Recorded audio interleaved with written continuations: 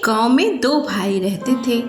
बड़ा भाई अमीर था, उसके पास किसी भी बात की कमी नहीं थी, और छोटा भाई गरीब था, मेहनत मजदूरी करके पेट पालता था।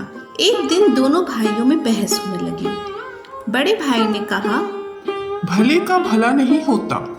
आज की दुनिया में भले को भीख भी नहीं मिलती, इसलिए दूसरे का चाहे बुरा ही क्यों ना हो, अपने भले की बात पहले सोचनी चाहिए। नहीं भैया, कष्ट दूसरों को हो तो ऐसे में अपना भला कैसे हो सकता है। चल हम गांव में लोगों से पूछ लेते हैं। तेरी बात सही निकली तो मेरे पास जितना धन है सारा तेरा, और अगर मेरी बात सही निकली तो जो तेरे पास है वह सब कुछ मेरा। छोटा भाई मान गया और दोनों गांव में चले गए। गांव में पहुंचकर एक से पूछा, दो से पूछा, तीन से पूछा तो सभी लोग यही कहने लगे कि आजकल भलाई का जमाना ही नहीं रहा। भलाई करने वाला तो भूखा मरता है, भले इंसान का कहीं गुजारा नहीं होता, और जो बुरी राह पर चलता है वह खूब फलता फूलता है, धन धान्य से सुखी रहता है। अब छोटे भाई के पास जो छोटा सा खेत का टुकड़ा था वह भी शर्त में हार गया। अब दाने दाने का मोहताज हो गया। बीवी बच्चे भूखे मरने लगे, खाने को कोई उधार भी नहीं देता था। वह अपने बड़े भाई के पास गया चावल उधार लेने के लिए। सोचा बड़ा भाई है, दे देगा। उसने बड़े भाई से कहा, भैया 10 किलो चावल दे दो, घर में अन्न का दाना तक नहीं है, बच्चे भूखे मर रहे हैं। पैसे दे दो और जितना चाहे चावल ले जाओ। पैसे तो ही नहीं है ना भैया, तो फिर अपनी एक आंख दे दो। छोटे भाई ने सोचा भैया मजाक कर रहा है, चावल के बदले आंख थोड़े ही लेगा। परंतु बड़े भाई ने चावल के बदले एक आंख निकलवा ली और 10 किलो चावल दे दिया। यह देखकर उसकी बीवी बच्चे रोने लगे, तुमने यह क्या कर दिया। थोड़े दिन तो आराम से निकल गए, लेकिन फिर अनाज खत्म हो गया। छोटा भाई हार कर फिर बड़े के पास गया। उससे भूख से बिलखते हुए बच्चे नहीं देखे जा रहे थे। बड़े ने कहा, दूसरी आंख दे दो और चावल ले जाओ। छोटे भाई ने दूसरी आंख भी निकलवा दी और चावल ले आया।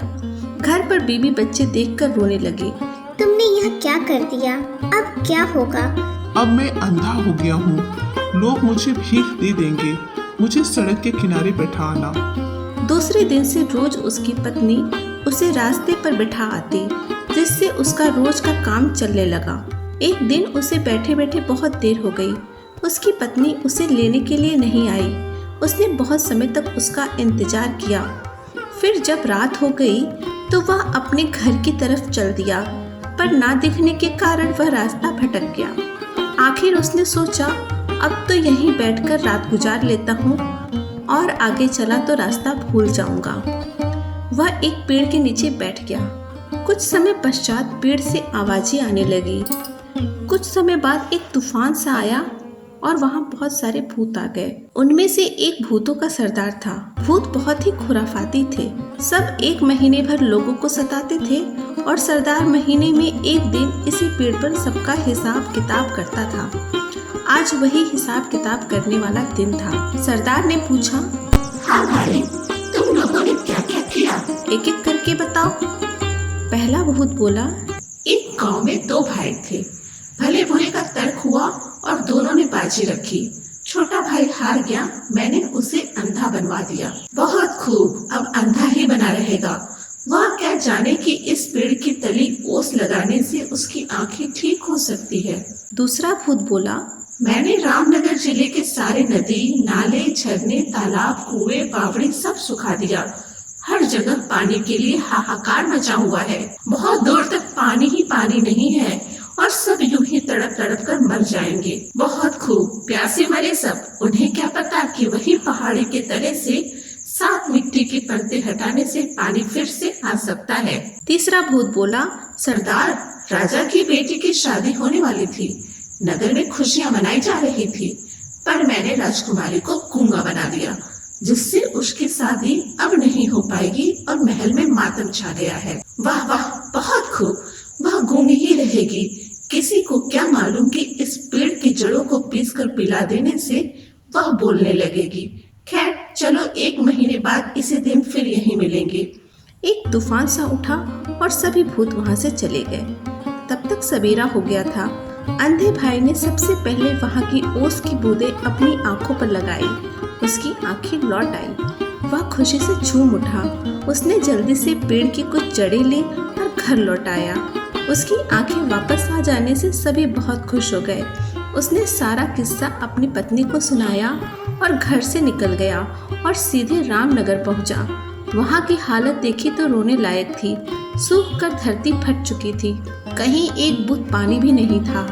हाहाकार मचा हुआ था। उसने पहाड़ के नीचे से मिट्टी की 7 परतें निकाल ही थी कि फिर कुएं, तालाब और झीलों में पानी ही पानी हो गया।